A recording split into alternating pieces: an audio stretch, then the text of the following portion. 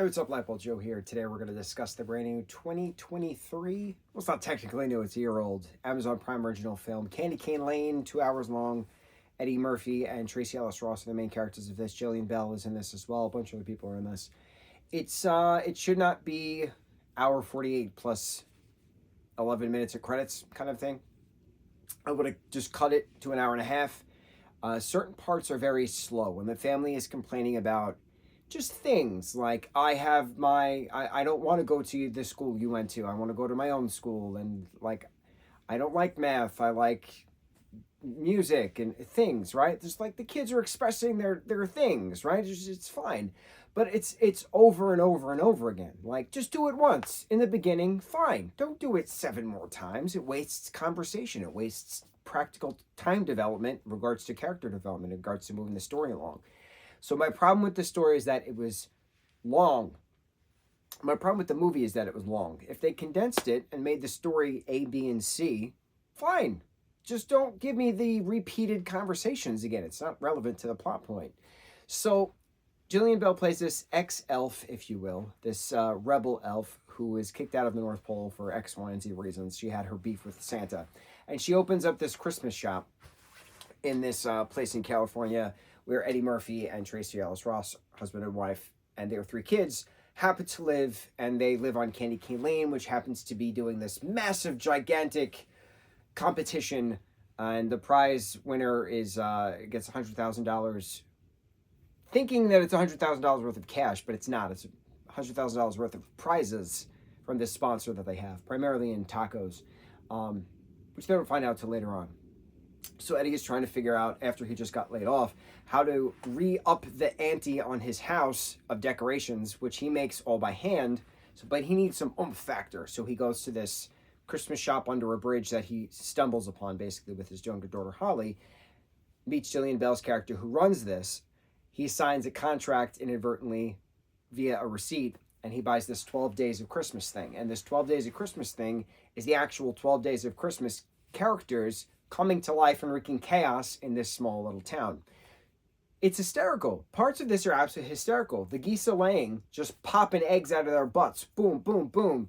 Aiming and hitting people right in the faces. Hysterical. I laughed so many times during this. I also love that Pentatonics was in this yet again. Pentatonics is just a go-to Christmas group. I've seen so many Pentatonics Christmas things now. It's wonderful. Absolutely wonderful.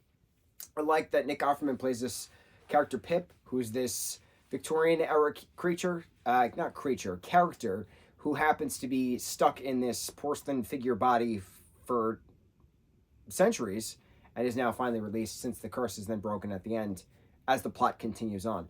But I liked the characters that couldn't get the rings in time, couldn't get the golden rings in time, were forced to be village people in the display. And then Chris, Eddie's character, takes them home with them, and they all work together to figure out how to defeat Pepper, how to defeat Jillian Bell's character. Jillian Bell this is now the 3rd Christmas film I've seen her in. She was in Godmothered. She was in Office Christmas Party, which is one of my absolute top 10 favorite Christmas films.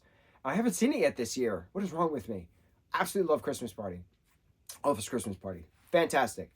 And so this is now the 3rd Christmas thing I've seen of Jillian Bell. And it's just funny because Jillian, I grew up watching the Workaholics, her playing the character of Jillian. She literally played a character named after herself in the, 5-7 years that Workaholics was on Comedy Central. Love Workaholics. Bruh, gnar. Wonderful. Absolutely wonderful. So this film was surprising because I didn't really know what to expect. How do you bring that family turmoil dynamic mixed in with Christmas magic, and then showing Christmas magic at the end? That was the whole point of it. So it was a neat having Santa Claus come in. I love also seeing another version of a Black Santa, because you don't really see that often. So that was nice to see it again. When was the last Black Santa I saw? That was the Disney film Naughty List or something like that. Winslow Fregley, what's his name? No, Fregley is the Wimpy Kid character played by Grayson Russell. Winslow Fegley, I think, is in that film, and I think Danny Glover was the Santa in that film. That was the most recent Black Santa film I've seen compared to this. Tracy, I'm forgetting everyone's names today. Who was he? He was the Black Santa in what? Was it Bad Santa? It's not often you get a Black Santa, and it's pretty cool to see.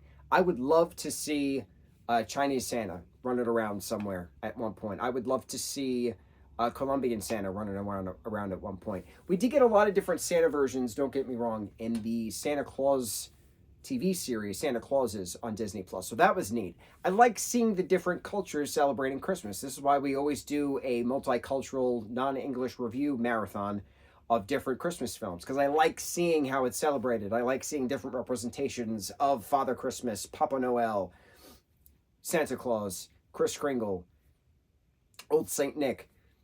Many men of many names, right? Men of many names. I'm very interested to then see a Mrs. Claus film. I think, didn't Melissa McCarthy just recently film a Mrs. Claus film or something like that? I feel like I heard rumor about that. I want to see that. She would be a kick-ass Mrs. Claus. Oh, woman does it. She does everything correct, and not a single thing that she does is wrong. Wonderful. Goddess amongst us mere mortals. I'm going off on a tangent. Candy Cane Lane, fun film. Should have been shorter.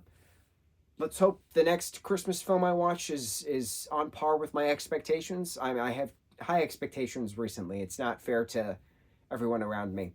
C'est la vie. Merry Christmas. Mucho mahalo. On to the next review.